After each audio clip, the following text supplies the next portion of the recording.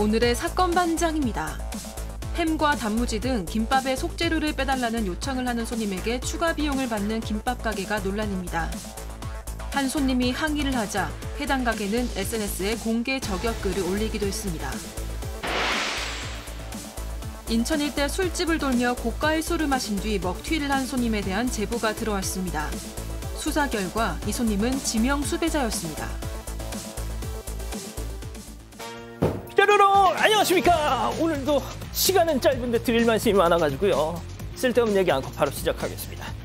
좋습니다. 진실 추적자 사건 반장 시작합니다. 어제 채널A가 보도했던 사건이죠. 지난 13일 서울 홍대 인근 거리에서 80대 할머니에게 신발 저렇게 탁 날려서 얼굴 다치게 하고 아무 조치 없이 현장을 그냥 현장을 떠났던 저 남성 무리들, 할머니는 얼굴이 피투성이가 돼서 지금 봉합수술까지 받으셨다는데요.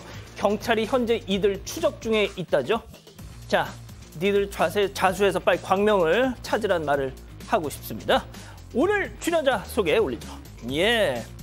이재현 기자, 양지열 변호사, 박상희 한국열린사이버대 교수, 박지훈 변호사, 그리고 박준의 수어 선생님 나오셨습니다. 안녕하세요. 안녕하세요.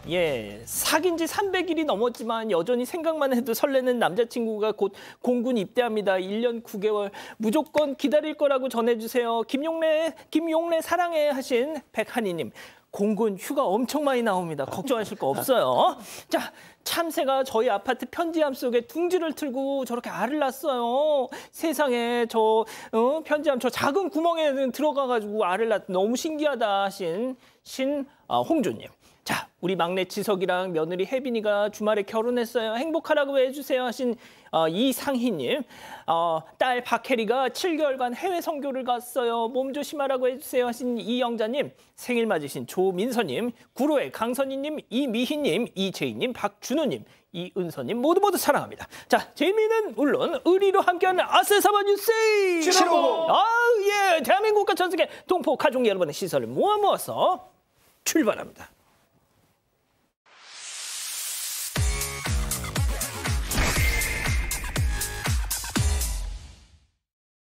자, 달려보죠. 첫 번째. 배부르고 기분 좋았나요? 든든하게 혼밥하러 온 손님이 결제도 않고 떠나버렸다. 사방가족께서 제보해 주신 영상 만나보시죠. 자, 한산한 냉면집 안으로 한 남성이 들어옵니다. 곧장 자리를 잡고 지금 착석을 하죠. 자, 주문한 냉면이 이렇게 나오니까 막 가위를 싹둑싹둑 자르는 거 보세요. 자, 그리고 본격적으로 식사를 시작합니다. 후루룩 짭짭 냠냠 쩝쩝.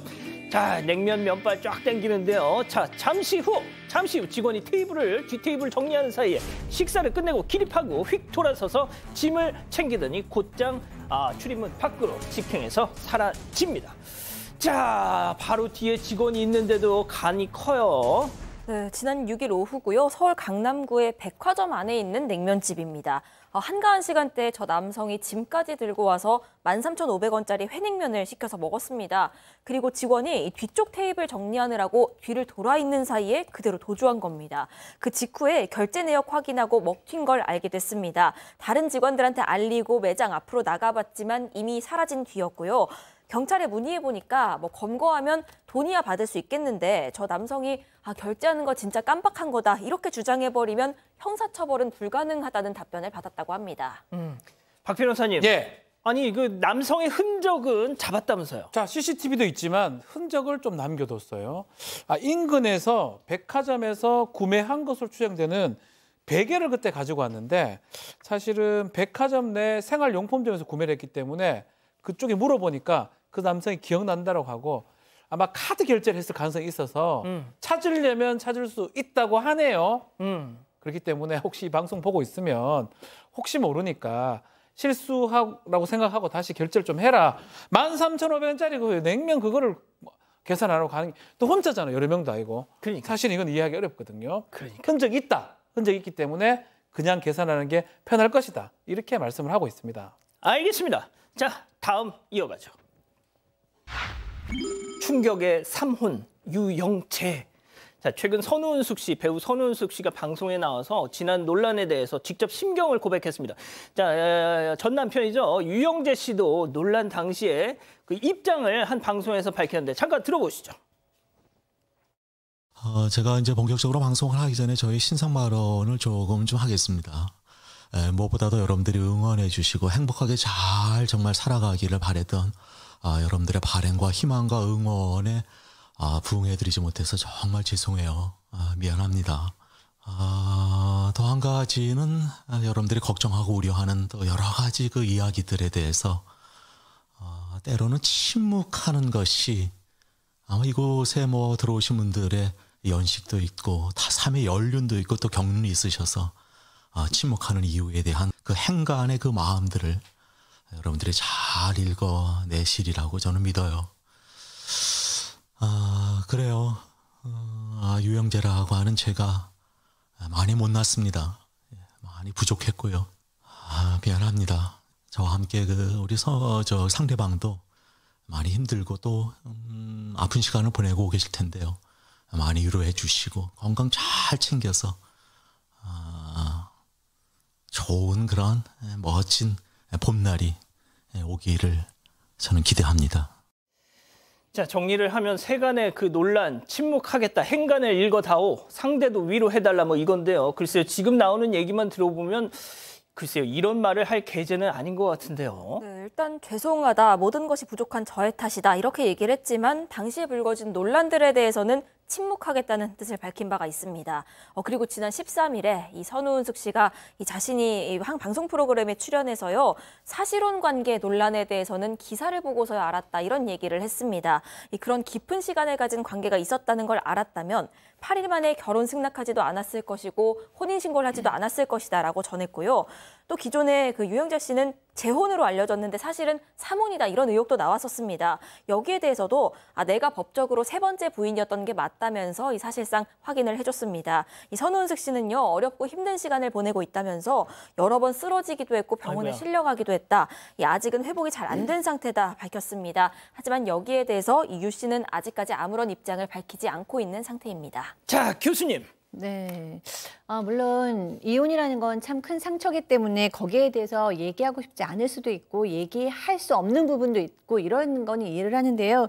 그래도 워낙에 유명인의 재혼이었고 또 그 신혼살림이나 신혼여행 이런 게 다 공개가 됐었고 네. 게다가 또 선우은숙 씨께서 지금 굉장히 괴롭게 뭐 실려갔다 아프다 이런 소식도 전해지고 있잖아요.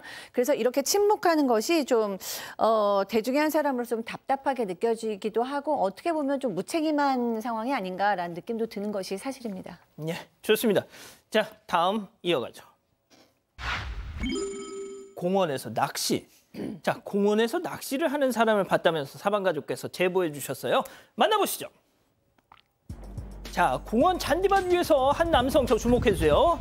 생뚱맞게 웬 낚싯대가 손에 들려 있는데 줄까지 걸린 낚싯대를 앞으로 휙 그리고 휙 뒤로 휙 한번 또 휙 앞으로 휙. 당연히 걸리는 게 없을 텐데도 계속 앞으로 했다가 뒤로 했다가 앞으로 했다가 뒤로 했다가 잔디밭에 대고 낚싯줄 던지는 연습을 하고 있습니다. 자, 공원에서 골프를 하질 않나 개털을 깎질 않나 이제는 낚시질까지. 그러게 말입니다. 지금 보신 영상은 지난 13일 서울 노원구의 한 공원에서 찍힌 겁니다. 이 제보하신 분에 따르면 지난해에도 동네 공원에서 저렇게 연습하는 모습을 봤다라는 거예요. 그런데 얼마 전에 가보니까 아직도 저렇게 있더라라는 얘기입니다. 이 제보하신 분에 따르면 여기가 이 잔디밭에 사람도 있지만 반려견도 같이 출입할 수 있는 곳이래요. 그래서 평소에 주변 사람들이 왕래가 많은데 저기서 이분이 말씀하시기로는 적어도 1시간 이상 저렇게 연습을 하고 있으면 아무리 그 바늘이 안 달려 있다고 할지라도 불안하잖아요. 옆에 갈 수가 없지 않습니까? 자리를 다 비웠더라는 겁니까? 그러니까 저 넓은 반경을 혼자 결국 차지한 셈인데 뭐 그래서인지 모르겠는데 지금 보시는 공원 내 위험행위 금지라는 팻말이 지난해에 붙었었대요. 아이고야. 그런데 몇 개월 있다가 또 사라졌답니다. 저기 이제 긴 물건을 휘두르는 행위 아마 이제 구청에 민원이 들어가니까 저렇게 팻말을 붙였다가 딱 대놓고 지목을 한 거네요. 근데 또 저게 없어졌다는 거예요. 제보자분 다시 구청에 민원 제기하시겠다고 합니다. 그렇군요. 알겠습니다. 자, 다음 또 이어가죠. 차만 지나가면 손목 툭입니다. 무슨 얘기일까요? 영상 만나보시죠. 자, 좁은 골목을 지나는 남성 옆으로 차가 지나가니 갑자기 팔을 쭉 아이쿠야 손목 박살나네 막 이런 느낌이죠. 또 다른 날 이번에도 차량 사이드미러에 탁 지금 보셨나요? 탁 아이고야 내 뼈 살려. 아무래도 이상해요. 완전 발연기야. 자, 수상하게 여긴 운전자들이 경찰에 신고하고 동선을 역추적한 끝에 저렇게 검거에 성공을 했는데요. 제발 좀 사건 반장 좀 봐. 그 수법 안 통한다고 몇 번을 얘기해. 자, 옛날에는 저런 수법이 통했었죠. 왜냐? CCTV가 없었고 블랙박스가 없었습니다. 그럴 때는 저런 식으로 사고를 낸 다음에 보험금 지급 청구를 하거나 아니면 위협하거나 협박해서 돈을 금전을 갈취하는 방법인데 마찬가지입니다. 이걸 손목치기라고 예전에 얘기를 했었는데 아주 좀 좁은 골목에서 일부러 손목을 친 다음에 겁을 먹은 운전자한테 이 금품을 요구했던 특히 여성 운전자. 여성 운전자가 상당히 그런 것도 잘 좀 조심성이 좀 부족하다고 아마 보는 것 같아요. 그러다 보니까 한 운전자가 이상하다, 사고가 덜 났는데 라고 경찰에 얘기를 했고요. 경찰이 추적을 해보니까 이 사람이 저렇게 하는 모습들이 포착이 됐고 이 블랙박스 CCTV 내용을 찾아서 사람을 찾아냈습니다. 숙박시설에 지금 울산에 있는 사기 혐의 등으로 남성 50대를 검거를 했고요.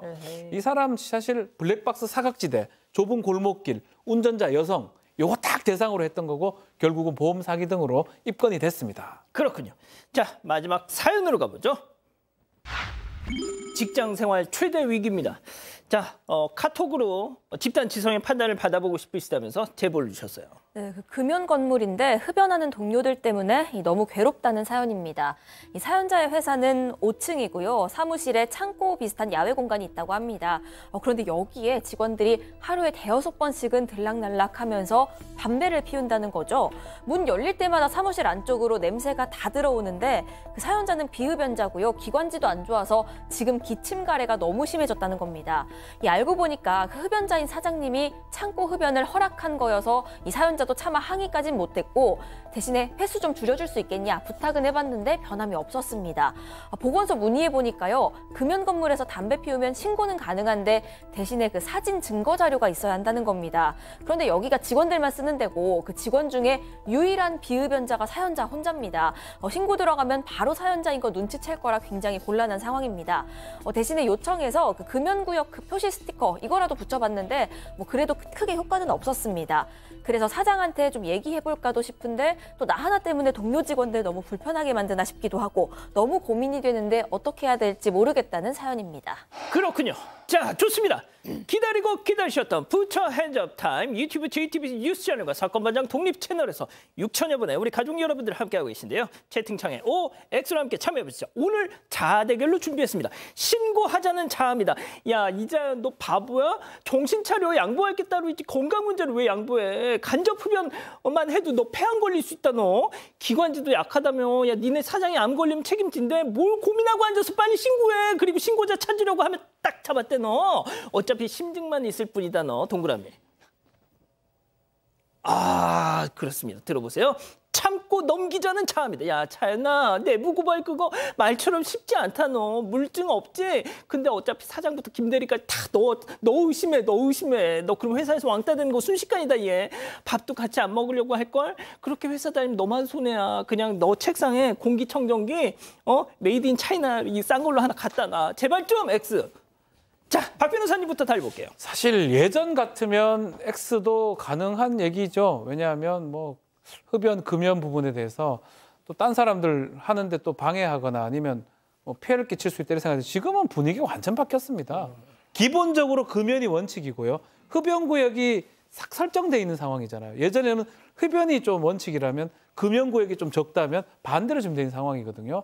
저기 지금 사장님이 담배를 태우시기 때문에 그렇다고 하지만 어쨌든 간에 저기 원칙적으로 따져보면 담배를 피우면 안 되는 곳이고 그렇다면 분명히 얘기를 할 수 있는 거고요. 잡아떼면 됩니다. 왜 신고가 들어갔을까? 냄새가 많이 났을까? 연기가 피해 올랐을까? 이런 식으로 잡아떼고 하면 되니까 신고를 하십시오. 자, 교수님. 네, 저는 그냥 결국 다 알려지겠지만 그럼에도 불구하고 이건 건강의 문제니까 신고까지는 아니라도 그 사장님하고 담판을 좀 지어야 한다라는 생각이 들어요. 일단은 담배 한 번도 안 폈는데 폐암 환자가 그렇게 많대요. 그게 다 간접 흡연 때문인데 담배 한 번도 안 피고 폐암 걸리는 사람은 정말 무슨 죄입니까? 그런데다가 저도 이 코로나 걸린 후에 기관지가 되게 약해졌는데 그게 너무 고통스러운 거예요. 그래서 기관지가 이것 때문에 약해진다는 말에 저 너무 공감이 일어나서 오를 할 수밖에 없었습니다. 그렇군요. 양 변호사님. 흡연구역도 요즘에는 건물 내에는 설치를 안 하죠. 저거는 정말 문제가 있는 상황이고요. 단순하게 냄새가 싫은 게 아니라 연기 자체가 들어온다는 얘기는 사장님께서 아무 조치도 취하지 않은 상태에서 그냥 거기에 일방적으로 자기가 편하니까 흡연구역처럼 운영을 하시는 것 같아요. 말씀을 좀 하시고 아니면 정말 강력한 무슨 뭐 이렇게 뭐 그 환기 시설이라고 해야 될까요? 밖으로 빠지거나 아니면 내부가 안 들어올 수 있게 그거를 좀 말씀을 해보시라는 것도 한 번 정도는 같이 생각을 해보시면 좋겠습니다. 자, 이 이자연 기자와 나머지 세 분은 차이가 있습니다. 나머지 세 분은 개인 사업자세요. 이자연 기자는 지금 직장인 조직 이런 차이가 있습니다. 그렇습니다. 네, 월급을 받는 입장에서 그러니까 이렇게 사장님께 반기를 들고 사무실에서 뭘 써붙이고 이러지 마세요, 여러분. 너무 쉽게 생각하시는 것 같아요. 사실상 현실적으로 그렇게 쉬운 일이 아닙니다. 저는 그걸 잘 알고 있기 때문에. 갑자기 뭔가 잘못한 것 같은데. X 표시를 했고요. 그냥 조금만 참으시고 이제 공기청정기 좀 갖다 놓으시고 하시면서 조용히 구인구직 사이트 켜셔서 이직 알아보시는 게 어떤가 하는 생각도 저는 듭니다. 저희 이 안건으로 가족 여러분 투표도 받아봤습니다. 1,500분 투표를 해주셨는데 63%가 저랑 같은 의견이셨습니다. 문제 삼아봤자 긁어부스럼입니다. 이렇게 선택해 주셨고요. 37%는 엄연한 불법입니다. 냄새 언제까지 견딜 겁니까? 신고하세요 하셨습니다. 우경민 님은요. 저러다가 창고에서 불나면 누구 책임인가요? 이런 걱정까지 해주셨고요. 스텔라이스님 혹시 그 회사 가산 디지털 단지 여긴가요? 2년 전 완전 제 얘기예요 하셨습니다. 확인할 수는 없습니다. 확인해드릴 수 없어요. 자, 사건반장 제보 메일과 카카오톡 사건반장 제보 채널에서는 많은 사연과 제보 기다리고 있습니다. 어제 14일 일요일 공항철도 서울역행 열차를 타셨다가 황당한 장면을 목격하셨다는 사방가족의 제보입니다. 사진 보시죠. 자, 마스크를 쓴 여성 2명이 캐리어 위에 저렇게 발을 올려놓고 있는데요. 사람들이 저 통로를 지날 때도 저걸 내릴 생각을 않더라는 겁니다. 자, 제보자님 딱 봐도 외국인 같더란 거죠. 혹시 중국 사람인가 했는데 그 순간 가와이 뭐 꼬맹꼬맹 하는 소리가 들리더란 겁니다. 이 일본 사람들 특유의 이 뭡니까 맞장구. 자, 저 사람들 과연 일본 지하철에서도 저랬을까 하는 의구심이 들으셨다는군요.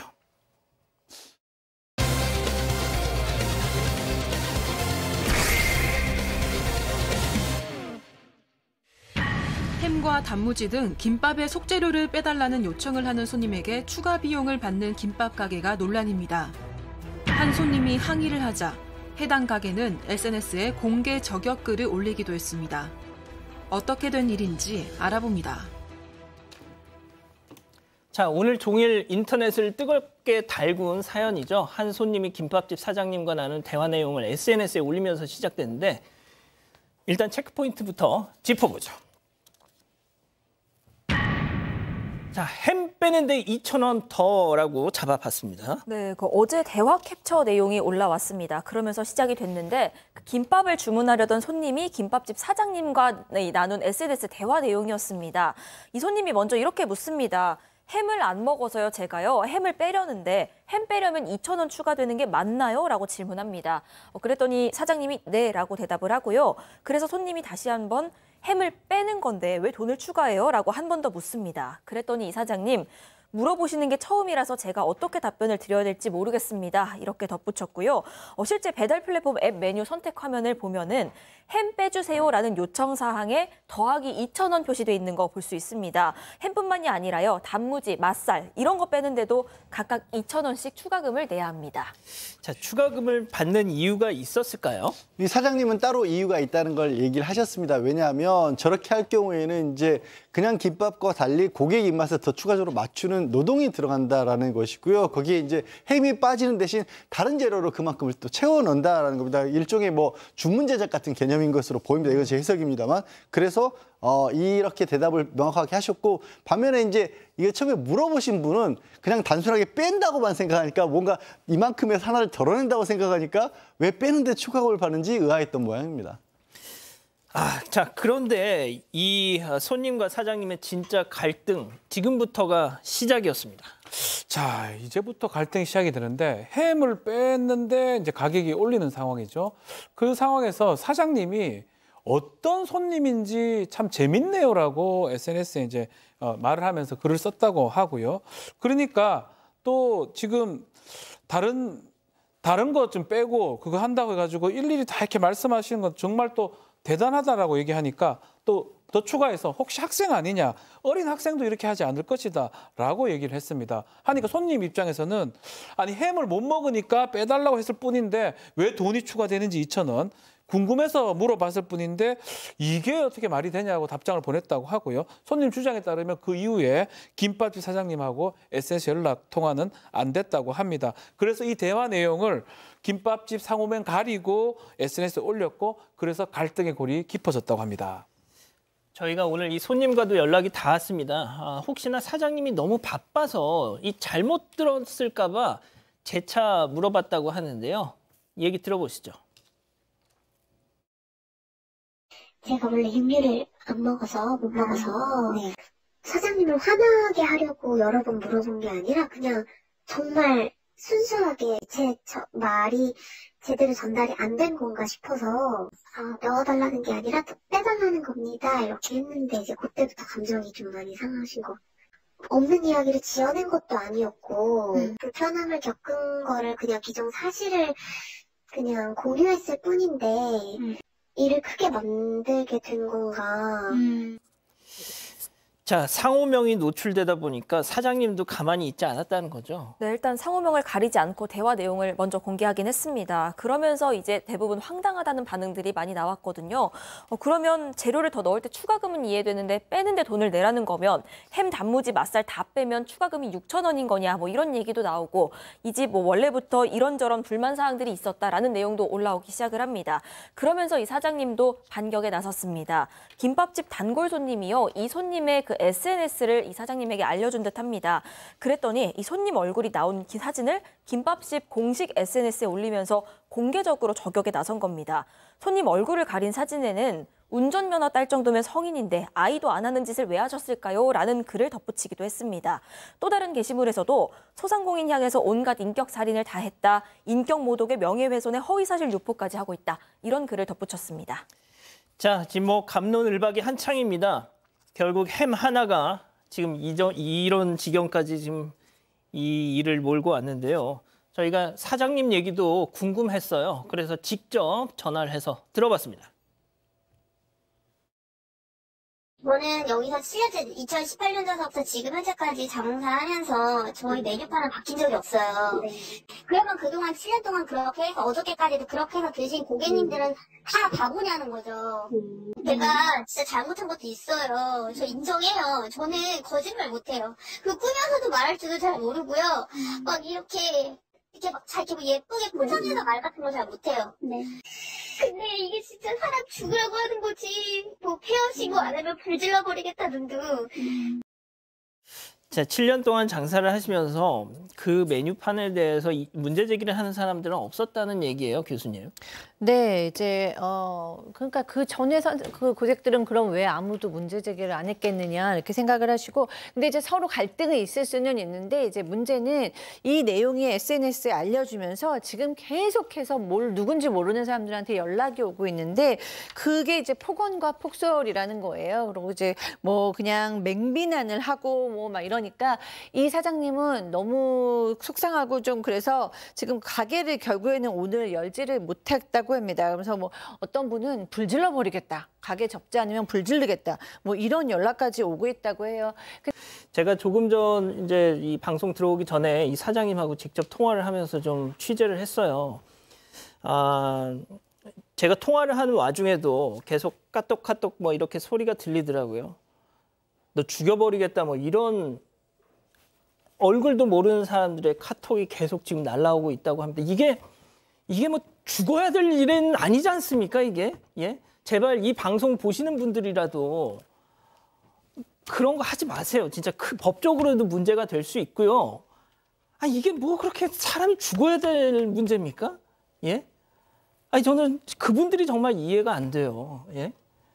자, 교수님. 네. 정리 좀 해주세요. 네, 그러니까 이 맨 처음에 의사소통이 조금 원활했었으면 좋았을 텐데 너무 이제 그냥 큰 일로 번지고 말았다라는 생각이 들어요. 맨 처음에 손님으로서는 질문을 할 수 있다고 생각해요. 왜 내가 육류를 못 먹으니까 햄을 뺐으면 좋겠는데 왜 내가 햄을 빼는데 2,000원을 내야 되나? 이런 궁금함이 생겼었고 또 사장님 입장에서는 햄을 뺀다고 햄만 빼는 게 아니고 크기를 지켜야 되니까 햄이 빠진 자리에 자른 걸로 이제 채워주면서 그 2,000원을 받는 거기 때문에 여태까지는 한 번도 그 부분에 대해서 뭐 컴플레인이 없었었고 이런 식으로 이제 오해가 생겼는데 그걸 잘 풀었으면 좋았을 텐데 풀지 못하니까 서로 SNS로 공개를 해버리게 됐고 지금은 이제 막 모르는 사람들까지 다 참전해버려서 너무 크게 벌어졌는데요. 이제 두 분의 오해는 거의 일단락 된 것 같으니까 이제 앵커께서 얘기하신 대로 이런 식의 좀 뭐 벌점 테러라던가 카톡 테러 이런 건 좀 없었으면 좋겠습니다. 지금 제가 아까 통화했던 내용을 다시 말씀드리는데요. 이 사장님께서 지금 심리적으로 너무너무 불안정한 상태입니다. 뭐 극단적인 선택 뭐 이런 얘기까지 막 그런 뉘앙스를 풍기실 정도로 많이 지금 불안정한 상태시니까 이 방송 보시는 분들이라도 뭐 개인적으로 연락해서 뭐 이런 거는 좀 자제하셨으면 좋겠습니다. 첫 번째 사건 정리하고요. 두 번째 사건 이어갑니다.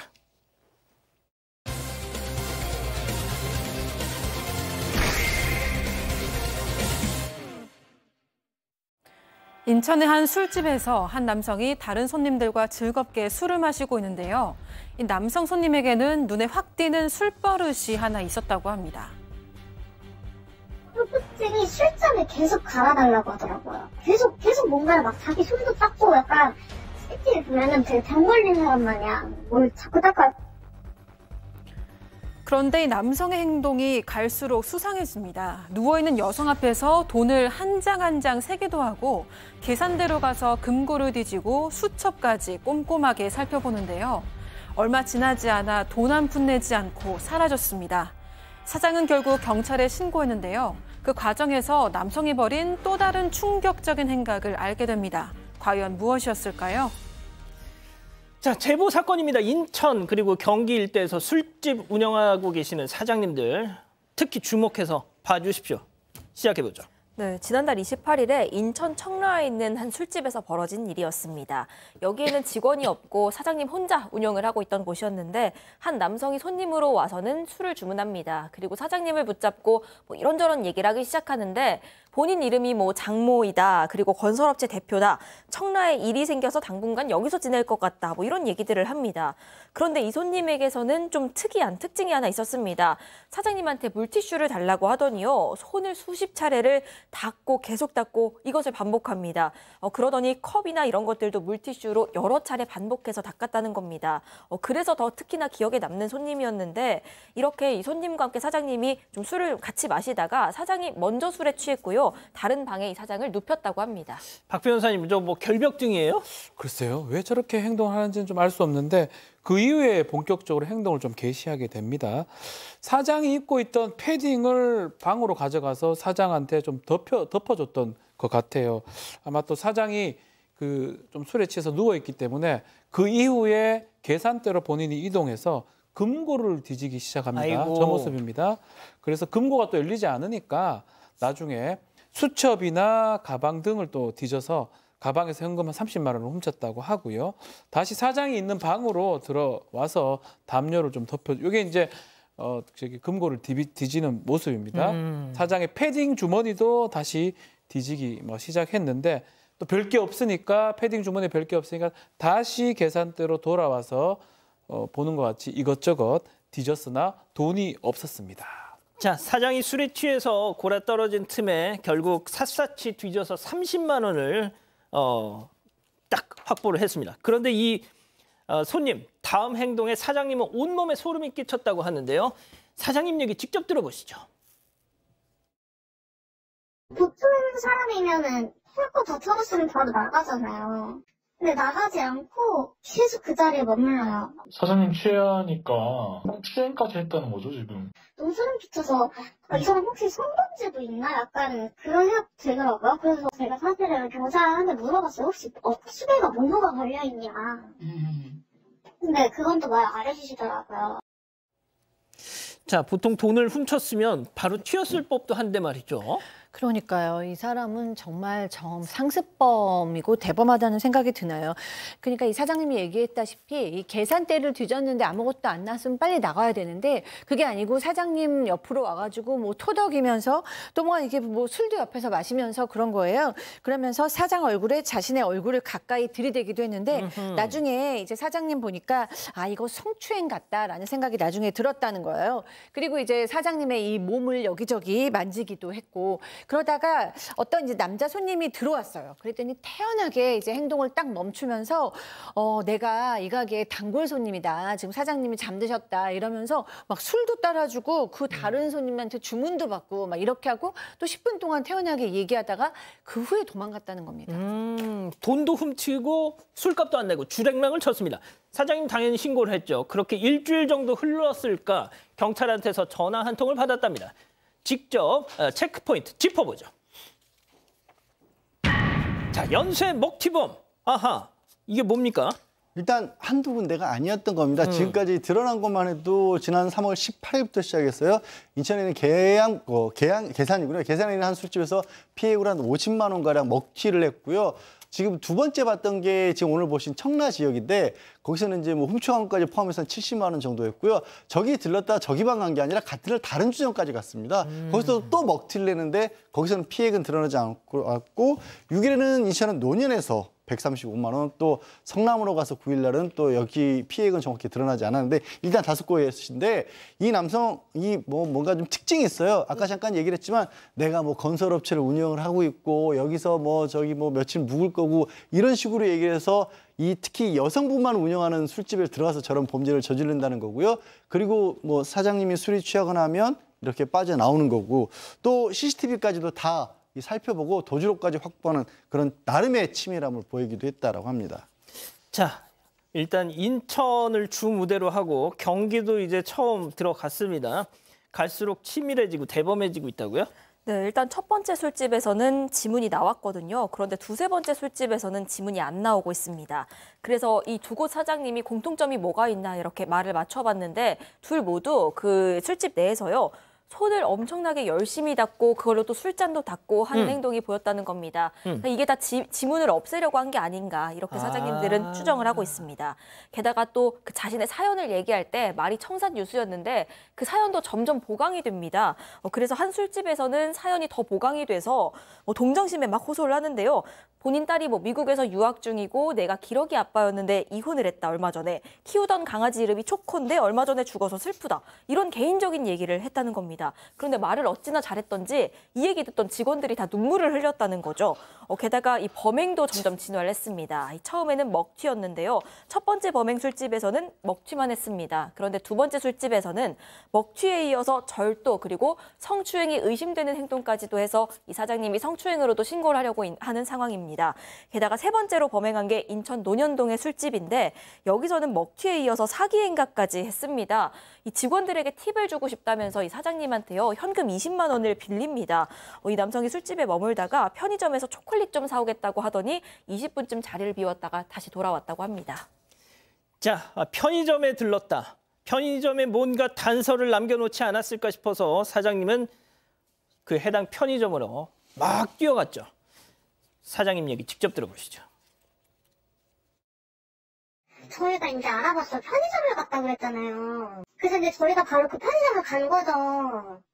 혹시 초콜릿 산 사람 기억하시냐? 그때 그 사람이 대머리 이러면서 바로 얘기하시길래 어떻게 기억을 하세요? 이랬어요.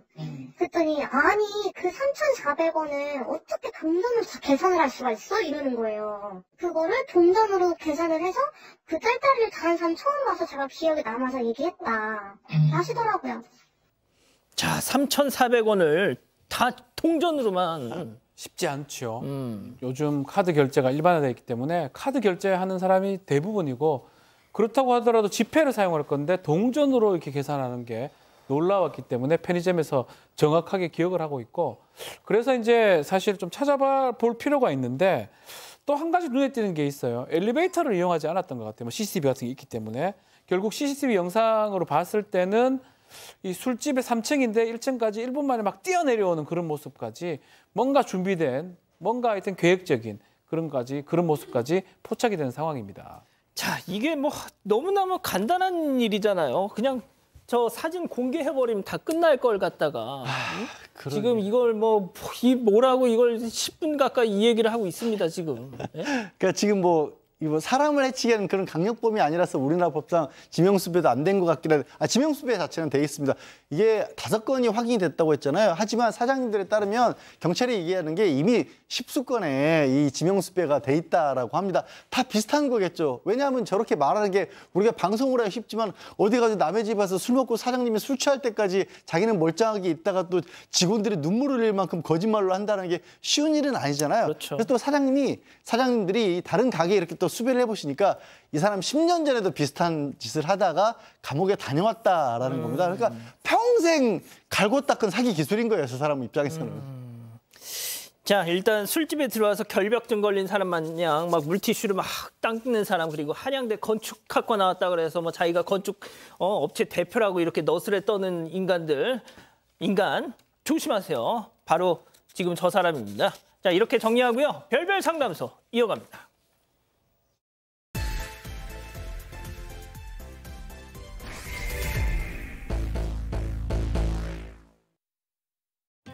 남편의 사업이 성공하면서 주변에 부러움을 샀다는 아내. 하지만 속사정은 달랐습니다. 틈만 나면 찾아와서 돈을 요구하는 시가 식구들 때문이었는데요. 아파트도 주고 현금도 주고 아낌없이 모든 걸 퍼줬지만 되돌아온 건 결국 배신이었다고 합니다. 대체 이들 가족에게 무슨 일이 있었던 걸까요? 자, 오늘도 시댁과 시가와 관련된 제보입니다. 네, 제보자는 60대 여성이고요. 그 3살 위인 남편이랑 결혼한 지 33년 차입니다. 그 남편은 위로는 큰형이 1명 있고 아래로는 13살 어린 여동생, 늦둥이 여동생이 있습니다. 그런데 제보자가 이제 결혼할 당시에 시아버지가 혼자 계셨고요. 여기에 더해서 미혼인 아주버님 그리고 당시 중학생이던 시누이까지 이렇게 시가 식구들을 싹 다 모셔야 했기 때문에 친정에서 굉장히 반대했다는 겁니다. 그런데 그 당시에 남편이 몇 날 며칠을 무릎까지 꿇으면서 결국 승낙을 받아냈고 결혼한 뒤에 친정아버지가 보증까지 서주면서 이제 남편이 사업을 하기 시작했는데 다행히도 그 공장이 굉장히 잘 돼서요. 직원을 10명 가까이 두면서 굉장히 사업이 커졌습니다. 그래서 그 당시에 이 제보자는 뭐 집안 살림하면서 당시 중학생이던 시누이도 다 뒷바라지하면서 여기에 더해서 점심때 되면 공장 직원들 밥도 해가면서 굉장히 바쁜 나날을 보냈다고 합니다. 아유, 이거 몸이 3개라도 부족했겠네요. 예, 그나마 그 와중에 아주머님이 혼전 임신하는 바람에 일찍 또 결혼을 급하게 해서 나갔답니다. 그러니까 좀 다행일 것 같이 보이는데 사실은 그렇지가 않았다는 거예요. 아버님이 몸이 편치 않으신 것뿐만 아니라 아주버님도 건강이 좋지가 않아서 사실 공장 자체도 그냥 그러니까 자신의 남편이 다 그냥 같이 운영을 하다시피 했었는데 공장에서 일을 하면서도 너무 힘들다 하면서 나중에 나가서도 또 월급은 또 줘야 될 거 아니겠습니까? 예. 아기 분유값도 없다 이러면서 몸이 아파서 공장에는 못 간다 그러니까 월급은 월급대로 주고 생활비도 또 추가로 주기도 하고요. 이렇게 돌보다 보니까 심지어 아주버님 속옷까지 사서 건네준 적도 있다라는 아이고야. 거예요. 뭐 집을 제보자 부부가 결혼할 때 집도 제보자 부부가 있는데 33평 109제곱미터짜리 아파트도 그때 사주기도 했답니다. 아니, 아파트를 동생이 형한테 사줬다고요? 이야. 자, 시아주버니는 일단 그렇게 해치웠습니다. 박 변호사님. 네. 시누이가 고3이 됐습니다. 자, 고3이 된 시누이, 이것도 문제인데요. 대학에 가고 싶다고 밤낮 좀 사정을 했고 결국은 등록금이라든지 뭐 대학 입학부터 해가지고 월세방 생활비까지 다 됐다라고 합니다. 근데 이 철없던 이 시누이가 대학생 된 이후에 카드를 몰래 썼던 것 같습니다. 카드 뭐 돌려막기 하다가 빚을 지게 되고 그 빚도 다 갚아줬다고 합니다. 이 아내인 이 제보자 입장에서는 가족이니까 당연히 해야 된다라고 생각했고 나중에 결혼할 때 혼주 역할도 거의 했다고 합니다. 이야. 20년 전이긴 하지만 혼주 값으로 돈도 혼수 값으로 한 3천만 원 정도 해줬다고 하고요. 또 이 시매부가 시누의 남편도 제보자 공장에서 일했다고 하고 산후조리도 나중에 도맡아서 도와줬다고 합니다. 야, 시가의 모든 형제들을 다 이 제보자분이 사실상 도맡아서 지금 한 건데, 자, 이번에는 시아버지. 네, 그 시아버지가 15년쯤 전에 뇌경색으로 쓰러지게 됩니다. 그래서 몸 반쪽이 이제 마비가 왔는데 그래서 이제 아내는 시아버지를 모시고선 온갖 뭐 양방병원, 한방병원을 다 다니고요. 그러면서 치료에 힘을 쓰게 됩니다. 한 2년 정도를 아내는 낮에는 간병인 쓰고 밤 되면 시아버지 병수발을 들고 퇴근하면은 바로 아버님 병간호에만 전념하고 뭐 이런 생활을 했습니다. 그런데 이렇게 지극정성을 다했지만 결국 끝내 2년 만에 돌아가시게 됐는데요. 이런 와중에 그 아주버님이고 시누이고 단 1원 한 푼도 돈을 보태지 않았다는 겁니다. 이런 와중에 이제 돌아가시고 난 이후에도 이 아주버님은 내가 집이 좀 너무 어렵다, 좀 도와달라라고 얘기를 하면서 그 부의금마저 싹 다 가져갔다고 합니다. 그러니까 이런 일을 그래도 당하면서도 견딜 수 있었던 거는 그 공장이 그래도 좀 되니까 우리가 그래도 돈 한 푼이라도 더 버는데 그냥 우리가 양보합시다 이러고 버텼던 겁니다. 그러게 버텼는데요. 시아버지 병간호 할 때부터 공장이 조금씩 어려워지고 적자가 나기 시작하더라는 겁니다. 그런 와중에 한 10년 전쯤에 거래처에서 아니 또 돈 들어올 때가 됐는데 돈이 안 들어왔다라는 그런 말이 나와서 뭔가 좀 수상하다 싶어서 전수조사를 해봤더니 알고 봤더니 10년 넘게 같이 일했던 직원들 한 10여 명이서 짜고서 그동안 무려 한 40억 원가량 돈을 횡령을 했던 겁니다. 그 돈으로 이제 직원들이 그렇게 정말 돈을 마구 썼었고, 심지어는 한 직원은 언젠가 한 번은 그 직원이 외제차를 타고 고급 차를 타고 왔길래 야, 너 뭐 어디서 돈 있어서 그런 비싼 차를 타냐 이렇게 농담을 하고 지나가는데 그게 다 돈 빼돌려서 그랬던 거고요. 사실 진짜로 충격적인 거는요. 신우의 남편까지도 그 횡령에 가담을 해서 1억 원을 빼돌렸던 겁니다. 야, 이건 가족이 아니라 그냥 도둑놈이네. 네, 정말 이 제보해 주신 분은 정말 시자도 들어가면 너무 괴로울 것 같아요. 왜냐하면 시누이, 뭐 시아주버님도 그렇고 시아버님도 시누이도 그런데 시누이의 남편, 우리가 시매부라고 얘기하잖아요. 시매부까지도 이제 1억 원을 횡령을 했는데 이제 고소하겠다, 신고하겠다. 그러니까 그 시매부의 부모님들이 싹싹싹싹 빌면서 우리가 다 갚을 테니까 고발만 하지 말아달라 또 얘기를 했어요. 또 마음이 약해지셔가지고 고발 못했습니다. 그리고 이제 시간이 지나서 그 시누이한테 아니 당신 네 남편이 그런 거니까 돈 좀 갚아라 했더니 돈이 하나도 없고 내가 무슨 잘못이냐고 남편한테 물어봐라. 뭐 이런 식으로 얘기를 했다라는 거예요. 그러면서 더 좋은 집으로 이사를 가고. 그러니까 이제 이 직원들은 도망가 버리고 또 거래처에서도 이런 소문이 다 나니까 또 협조를 안 해주고 이런 생각이 드니까 이제 이거는 그냥 우리 운명이구나라고 생각해서 이 사장님 부부, 제보하신 분 부부가 그냥 다 돈을 갚아가면서 결국에는 괴인 회생까지 하면서 돈을 갚아 나갔다고 합니다. 자, 이렇게 매일같이 힘들다 도와달라 막 전화기에 불나도록 연락해오던 시가 식구들. 현재는 뚝! 사라졌다고 하는데 사라지기 전에 연락이 한 번씩은 왔다고 합니다. 일단은 아주버니가 연락 와서 돈 좀 빌려줄 수 있느냐라고 얘기를 하고 있었고, 지금 얘기한 것처럼 이 제보자 계속적으로 빚을 갖고 있는 그런 상황이기 때문에 돈을 빌려줄 수 없다라고 하니까 욕설 비싸게 한 것 같아요. 피도 눈물도 없는 XX 니들 잘 먹고 잘 살아라 라고 하면서 또 그 당시 동생 남편을 또 폭행을 해서 경찰까지 왔던 적이 있다고 합니다. 시누이도 마찬가지로 이 며칠 뒤에 전화 와서 큰오빠 지금 많이 힘들다고 하는데 좀 도와주자라고 얘기하니까 지금 뭐 횡령 때문에 지금 회사 개인회생, 아니 본인 개인회생 상황이거든요. 그 얘기를 좀 설명하니까 시누이가 위로의 말 없이 그 이후로는 연락을 한 번도 안 했다고 합니다.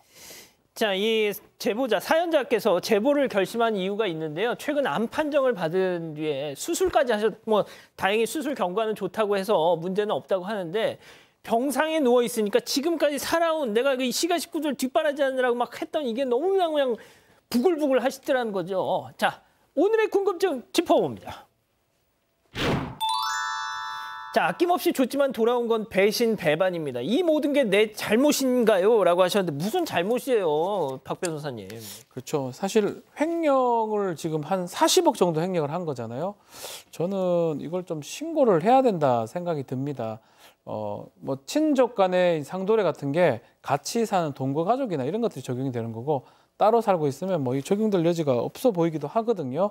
그래서 그런 것들 좀 확인해서 필요하다면 법적인 처벌, 또 민사소송 같은 것도 좀 해야 될 필요가 있다고 생각이 듭니다.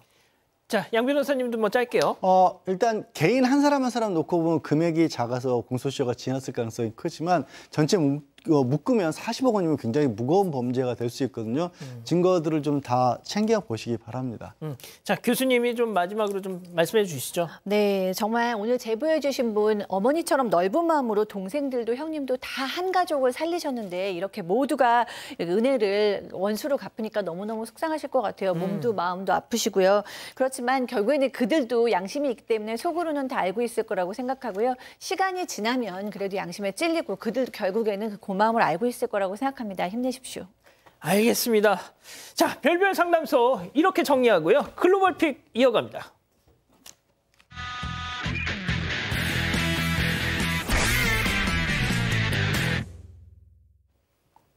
네, 말인데요. 경마장도 농장도 아닌 뜬금없는 곳에 나타났습니다. 바로 열차 승강장이었습니다.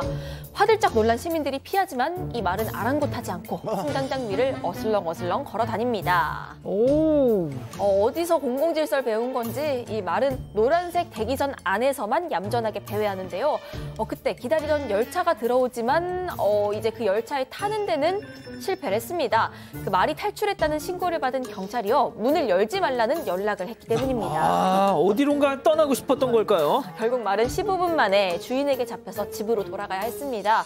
정확히 어떻게 탈출한 건지는 밝혀지지 않았는데요. 이 모습을 본 누리꾼들, 말이 사람보다 질서를 잘 지킨다. 그러네. 잡혀가는 게 불쌍하다. 이런 반응을 보였습니다. 미국으로 가보시죠. 자, 평화로운 일요일 아침 가방을 든 여성이 길을 가고 있습니다. 그런데 뒤에 패딩으로 완전 무상한 남성이 불길하게 따라오는데요. 자, 여성이 이제 교회 계단을 오르자 남성은 오른쪽 계단을 통해서 더 빠르게 올라가 그리고 달려듭니다. 예, 그리고 몸을 확 밀쳐 계단 아래로 떨어뜨렸죠. 아, 뭐야 이거? 자, 여성은요 일어나지도 못하고 괴로워 있는데 그 사이에 이 남성 가방을 뒤집니다. 강도였던 겁니다. 자, 여성의 옷가지까지 뒤적뒤적 훑고 나서 가방을 들고 달아나 버렸습니다. 이 강도는 돈, 신용카드, 휴대전화, 자동차 열쇠까지 훔친 뒤에 피해자의 차량을 이용해 도주했습니다. 아, 저놈 저거 잡아야죠. 강도는 나흘 뒤에 경찰에 체포가 됐습니다. 놀라운 것은 불과 16살 미성년자였습니다. 절도 및 폭행 혐의로 기소됐고 이 사건으로 두개골을 크게 다친 60대 여성 다행히 의식은 되찾고 회복 중이라고 합니다. 자, 다음도 미국 가보시죠. 한 남성이 파란색 SUV 차량으로 다가갑니다. 주변을 두리번 살피다가 차를 타고 어디론가 출발하는데요. 자, 이제 차를 타고 갑니다. 그런데 골목에서 어떤 차량과 딱 마주친 SUV 차량 갑자기 방향을 확 틀어서 주차되어 있는 차들 사이로 돌진을 합니다. 사람. 깜짝 놀란 어린이가 동생을 안고 있는 어머니를 향해 재빨리 몸을 피하는데요. 자칫 무고한 가족들까지 크게 다칠 뻔한 거죠. 나쁜 놈이겠죠? 차량 절도범이었습니다. SUV 차량 훔쳐 달아나다가 자신을 추적하던 경찰차와 딱 마주친 겁니다. 너무 당황한 나머지 더 이상 도망갈 수도 없이 엉뚱한 방향으로 차량을 틀었던 거예요. 도가내던 쥐! 그런데 이 남성 순순하게 체포되지 않았습니다. 차에서 내려 달아나려다가 보이시죠? 저렇게 도망가다가 경찰이 테이저건까지 꺼내니까 비로소 제압이 됐습니다. 그도 그럴 것이 훔친 차에 마약 또 거기에 불법 총기까지 실어놓은 상태였기 때문이고요. 결국 교도소에 수감됐습니다. 자, 다음은 최근 온라인에서 화제가 되고 있는 영상 함께 보시죠.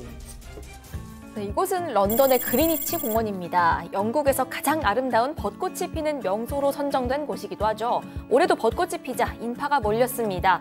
보다 아름다운 사진을 찍기 위해서 너나 할 것 없이 나뭇가지를 흔들어서 꽃잎을 떨어뜨리는 모습입니다. 이렇게 내리는 꽃비를 맞으면서 저마다의 포즈로 인생샷을 남기고 있습니다. 아우, 멋있습니다. 그런데 공원 가로수길 앞에는요, 이런 안내문이 붙어 있습니다. 바로 벚꽃 나무에 손을 대지 말라라는 내용입니다. 그런데 이걸 지키는 사람은 거의 보이지 않죠. 보다 못한 행인이 한 여성에게 나뭇가지 좀 그만 흔들라고 제지를 했는데 여성은 오히려 이렇게 따졌습니다. 보고 오시죠. Listen, you have to tell everybody.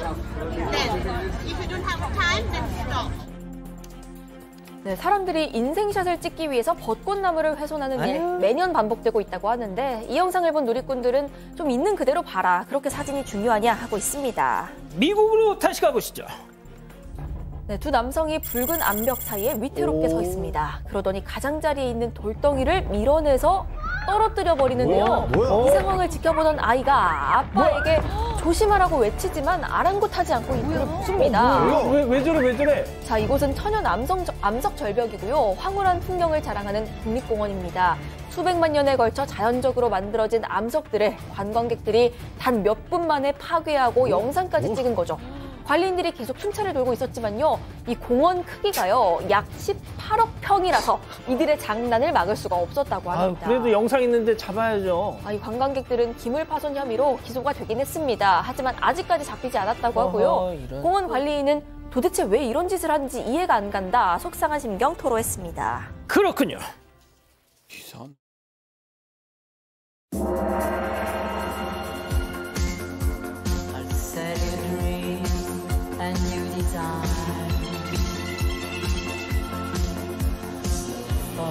Coco Mademoiselle, Chanel. 빨래엔 피존. 쨍쨍한 햇빛과 쾌적한 바람이 없어도 실내 건조. 고농축 피존이 있잖아요. 자연에 가까운 실내 건조. 사랑하는 사건반장 가족 여러분, 행복한 밤 보내시고요. 저희는 내일도 사반 750 저녁 7시 50분에 다시 옵니다. 안녕히 계십시오.